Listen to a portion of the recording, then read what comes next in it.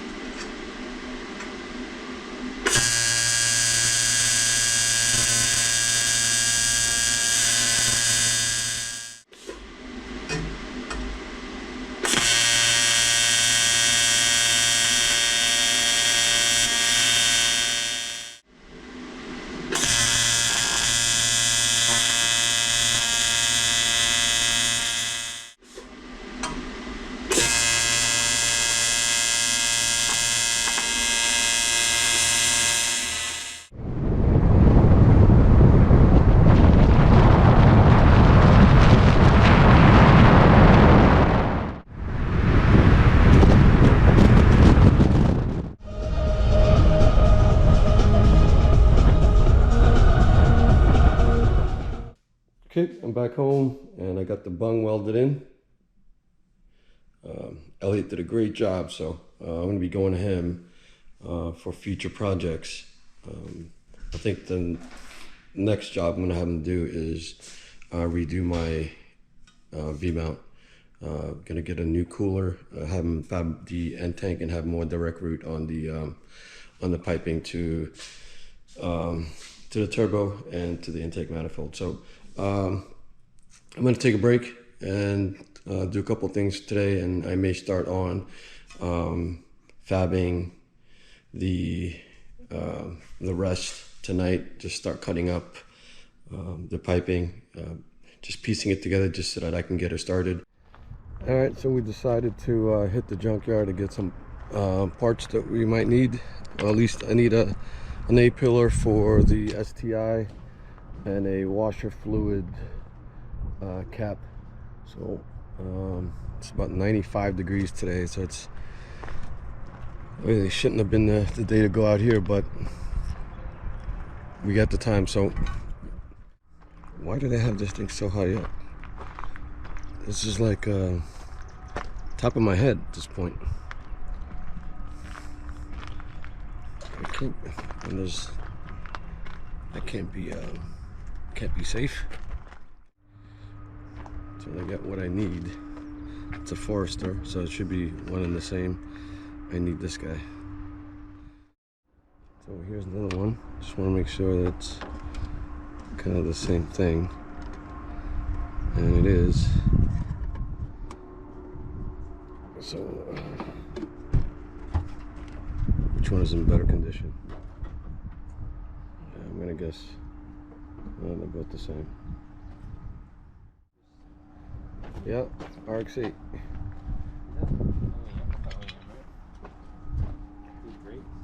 No, it's not OEM. I wonder if this motor is any good. You know what? I might want to pull this motor out. That's Tokiko suspension. Yeah. Is that good? It's aftermarket.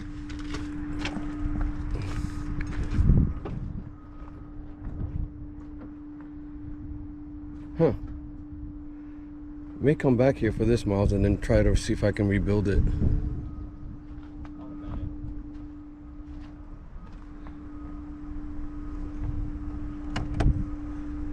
Crack dash. I do like that that Mazda handbook.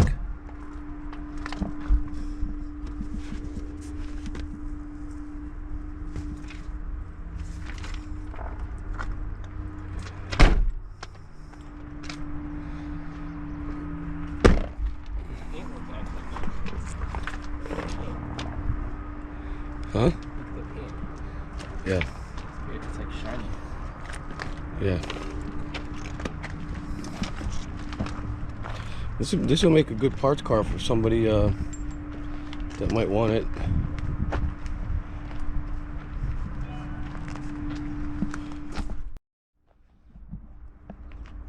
Now this is a lower one, from one extreme to the next.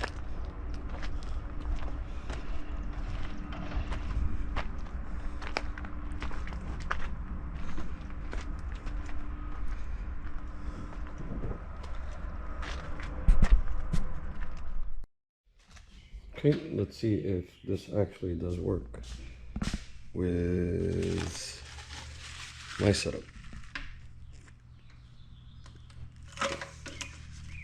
Or is it way too long?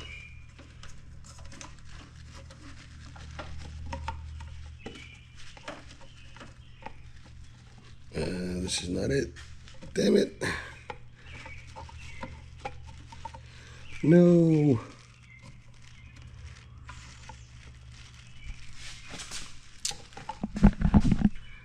Oh, no. Oh well, wasted, what, 10 bucks?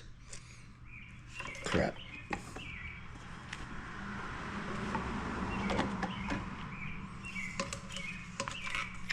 It will. Guess I'm gonna have to order it.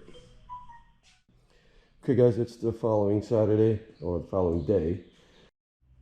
Okay guys, just to kind of document what I'm planning on doing here. Looks like he's only tapped into 2 of the wires. The red and the brown and green.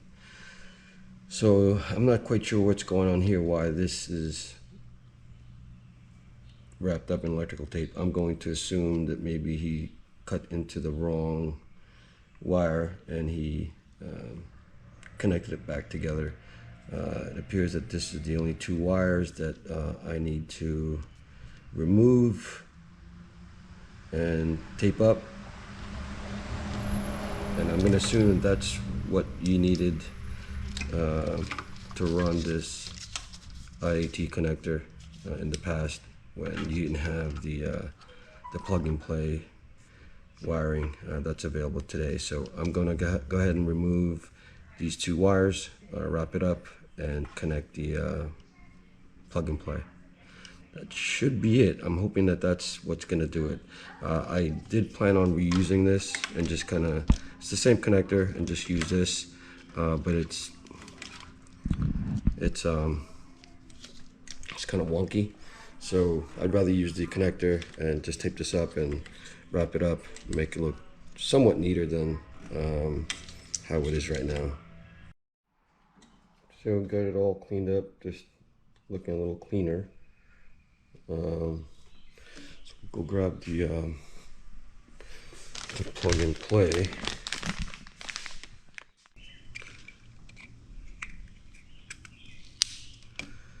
Get that, and I'm gonna just, this is gonna go, I'll route this underneath here, and then right to where the IAT is going to be. So, and this is supposed to be able to resist high temp, so should be okay. Okay, so here's the grounding kit that I'm gonna be installing. It's gonna be using either of those two bolts. I haven't decided yet. It's gonna be shared, or the other one I should say, is gonna be used for the EBC.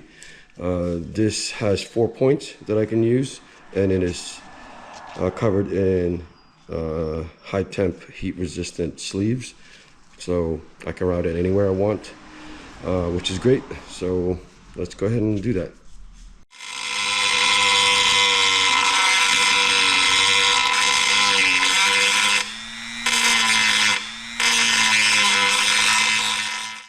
Okay, quick tip.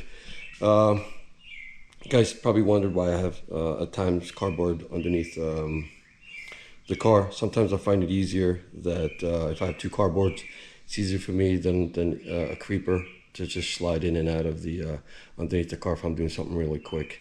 And of course, if I'm gonna do something major, it's gonna go on the lift. But also, one of the neat things is that if I were to say, let's say working on an item that's didn't really have a good handle on, and it drops, providing you don't have an under tray, you just easily pull the cardboard and you got your part instead of having to crawl underneath there. And well, of course there's always the magnet tool, right, that you can use to, and you can extend it and get to the bolt, and you don't necessarily almost always get something that hits the floor either. But anyway, just a quick tip. I figured that maybe that might be something you guys might find useful. Okay, so I got the ground wire kit complete. You saw where I grounded off the paint off of this so that I can get a good contact for the grounding block. So my first point, you know, let me grab a light, use my phone. So the first one is to the frame. You guys can see it down there.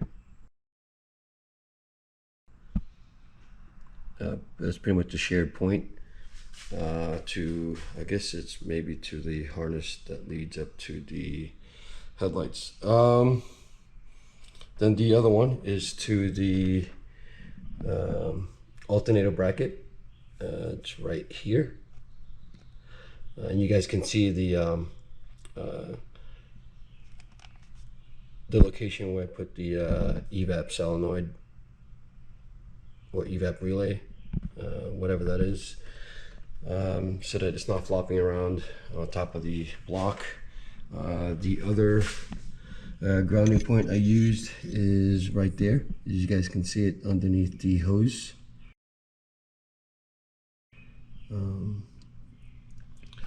And the other is to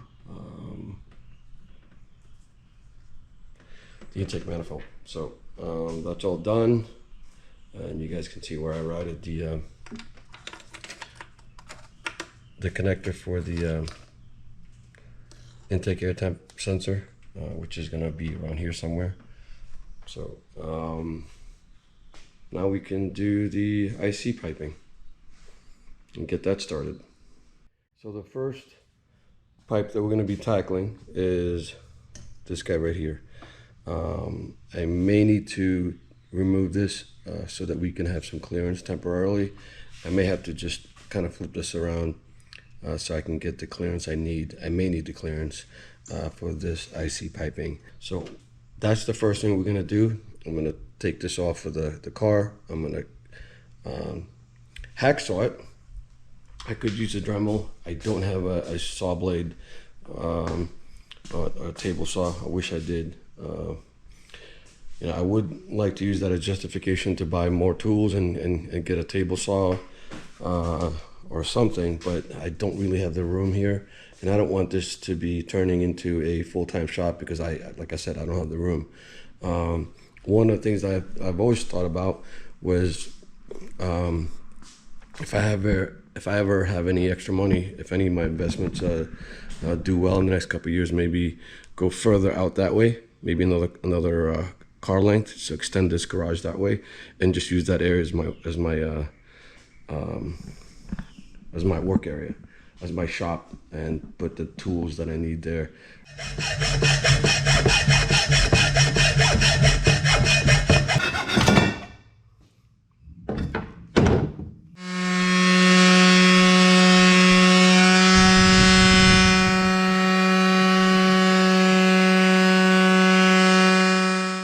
Okay, so I did my first bead. I just wanted to give it a shot before I do it on the pipe that I'm going to need to use it on.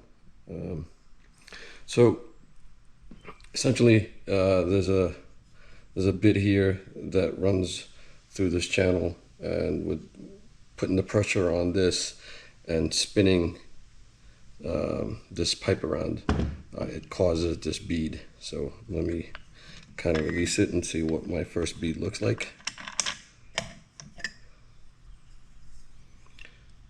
Not too shabby. So this is going to prevent it from slipping. So yeah, not too bad. So my first bead. Okay, so it appears that I may not need to destroy that 90 and just use the one I just cut up and beaded, because the little bit of gap that I provided for when cutting it, putting on a coupler on here should be enough. So basically I can just angle it this way, so look, it's perfect. I just need a way to keep that, well, the silicone on here will keep that in place the way that is. So just gotta tighten this guy up, remove the bumper, make sure that that's exactly the position that I want it, and this side is done. Okay, so this is done. That's all tightened up. So had to use worm clamps for the bottom part, but that's all done. So we just got to do the other side now. Okay, so the next step is to cut the 30-degree coupler that we're going to use to mate the throttle body and the intercooler piping right there. So it's going to look like that. And then cut it here. And then use the 45 coupler. And that's the 30 on the right.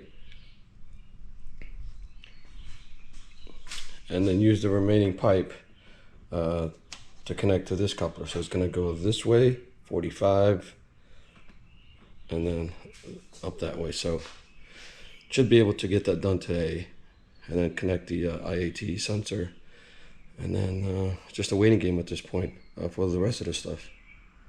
So one of the things I've seen folks do is to use a worm clamp as a guide to make sure that their cut is close to as straight as possible. You're never going to get it 100%. The key thing is you got to have a really sharp utility knife to cut through this. I believe this is a 3-ply or a 4-ply. Okay, so there we go. So that's how she's going to look like. Pretty good, actually. Not too bad. Should get me to where I need to be. So I'm pretty happy about that. So now I just gotta make sure that I cut this where I'm supposed to cut it. So I just gotta figure out how that's gonna angle. Let me get this 45. I don't know why they put these damn labels on the, I'm not too happy about that, but hey. So it's gonna look like this.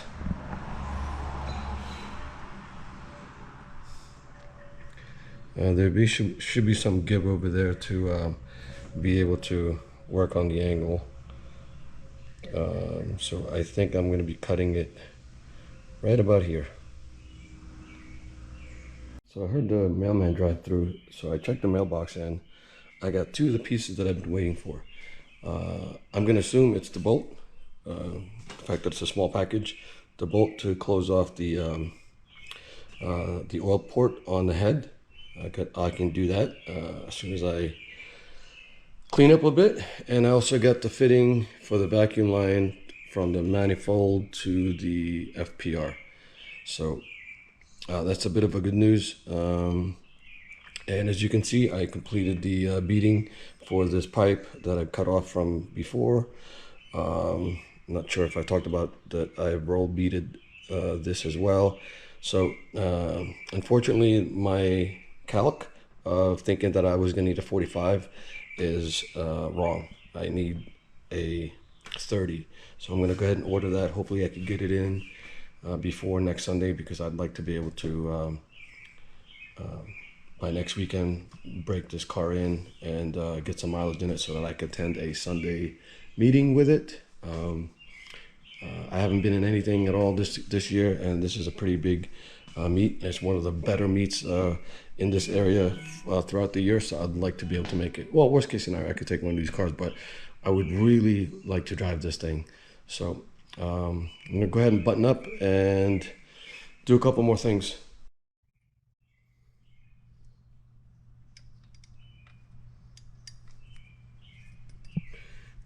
Crap. Okay, so I got it installed.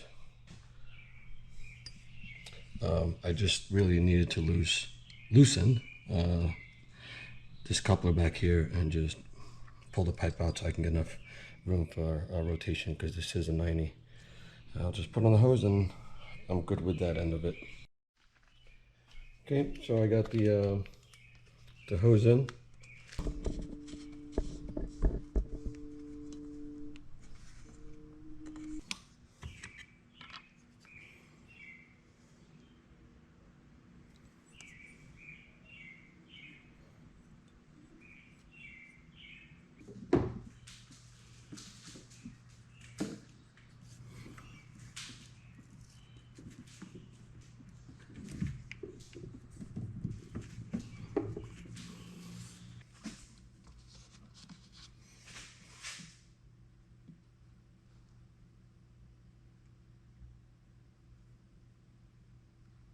So I'm gonna call it a night. Having a bit of an issue trying to figure out how I'm going to route this blow-off valve. The way it sits now, it's really doesn't make any sense. There's no way for me to get this to the turbo inlet without having to do a U and then in underneath the manifold and to the turbo inlet. That doesn't really make any sense. I already have the hose that'll connect this to the turbo inlet if it was underneath the intake manifold, and I would just need something to extend this to reach it underneath there. So that's probably going to be the easiest route for me to take. I'm probably not making any sense, but I'm going to call it a night. And I think that's as much as I can do. I'm full of aluminum dust and stuff, so I am going to grab something to eat. It's awfully late, but and then continue on tomorrow. I gotta clean this place up.